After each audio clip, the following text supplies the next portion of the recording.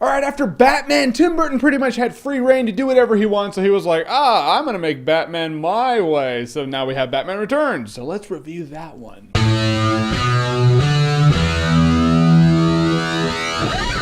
Batman Returns. Alright, so in Batman Returns, Batman does indeed return, and now we have two villains, the Penguin and Catwoman. And here's the thing about the Penguin, alright? The Penguin isn't actually crazy as I understand him in the comic books. I mean, he's one of those guys that he's a good businessman, he gets rich, he deals weapons, he does whatever, he does his crime thing. But in the end, you lock him up in prison, not Arkham Asylum, because he's not actually crazy, he's not out of his mind. The Penguin in Batman Returns, completely out of his mind. And he's played by Danny DeVito, and I cannot think of a better person in the early 90s that was made to play the Penguin than Danny DeVito. He is really a piece of shit in this movie. He wants to take all the firstborn kids of Gotham and throw them into this lake of sewage and kill them. Other than his motives, he actually is a vulgar bastard. He's like 90% of the reason that parents across the world, including mine, were like, oh yeah, my kids loved the first Batman. What? They're not watching this weird shit. I mean, Penguin's biting someone's nose, blood shooting everywhere. He's talking about giving this girl his flipper trick. Yeah, he was a sick little weirdo, and there were a lot of parents who were like, nah, not for my kids. And he's one of the embodiments in this movie that shows that the Batman franchise under Tim Burton has gone from the Batman franchise to the Tim Burton franchise. Yeah, it's pretty much the Tim Burton show. I mean, you have some weird elements in this movie. And then you have Christopher Walken wanting to make the Penguin the mayor of Gotham City, and Batman's like, I don't think so, not while it's Batman Returns and I'm returning as Batman. And then Christopher Walken's character Max Schreck takes his secretary, pushes her out a window, she splats on the ground, and then she gets resurrected as Catwoman. Which you can argue a weird resurrection element was in the first Batman with the Joker. He should have died in the acid. He didn't. He just got a bleached face and now he's back as the Joker. But this is a chick who dropped about 20 something to 40 stories and just smashed onto the pavement, and then cats brought her back to life, and now she has 9 lives. She has 9 lives! You could take a gun and shoot her in the face 8 times, and on the 9th she'll actually die. You see the Tim Burtonisms coming through now. As for Catwoman, I remember Catwoman just being like,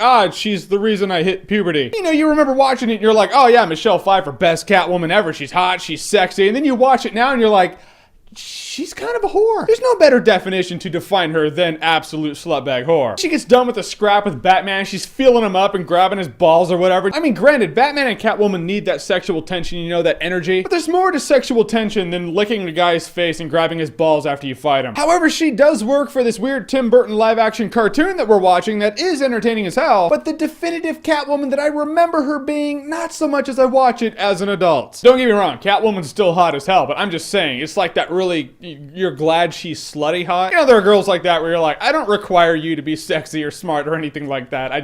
I need you to be you right now. Arkham City Catwoman, that is the Catwoman. She's sexy, she's tough, she's smart, she's adventurous, but she's not a complete whore in heat. I know a lot of people are gonna be like, no, Pfeiffer's the best Catwoman ever. Don't let your nostalgia hold you back from seeing what I'm saying. I mean, in the end, can you see what I'm saying? You know what I'm saying. And Penguin has this weird circus crew that he walks around with, he pals around with, and they cause havoc and trouble, and they screw up the lighting of the tree ceremony. And they're a bunch of weirdos, but they got these really cool costumes. That guy on the motorbike with the skeleton helmet with the weird shifty eyes. It looks really cool, but it is clearly Tim Burton going, sweet, the chains of the studio bonds have been broken. The studio gave me free reign to do whatever I want. This is what I'm doing. I mean, some of the scenes go from cartoony to completely unbelievable. Like, there's a scene where the Penguin takes control of the Batmobile, right? And he's controlling the Batmobile in this little Batmobile arcade thing. Like, you're like, where did he get that? You're like, no, it's just being goofy now. I do enjoy the vibe of this movie though. It's got that weird Christmas, Halloween vibe going on. The soundtrack is great. I mean, the soundtrack is really good. I bought it back in the day. It's still good now. That scene where Catwoman's just freaking out because, I don't know, she's morphing into Catwoman or Twilight ended or whatever reason she's trashing her apartment. That song that plays in that scene, still one of the best songs on the soundtrack. In the end, Batman Returns is pretty much a testament that Tim Burton has never read a Batman comic book in his entire life, but he can take Batman characters, put them in a movie with his style, and still make it a pretty entertaining movie. I will say Batman Returns is a good time, no alcohol required. If you hate Batman Returns because you love Batman lore and it completely butchers the characters and Batman lore, it's fine. I understand where you're coming from. I'm just saying it's entertaining from where I'm standing. So have you seen Batman Returns? Do you like Batman Returns? I think that's the big question here. I think people really like this movie, really hate this movie. I don't know many in-betweeners at this point. However you stand, comment below, let me know. And as always, if you like what you've seen here and you want to see more, click right here to see more.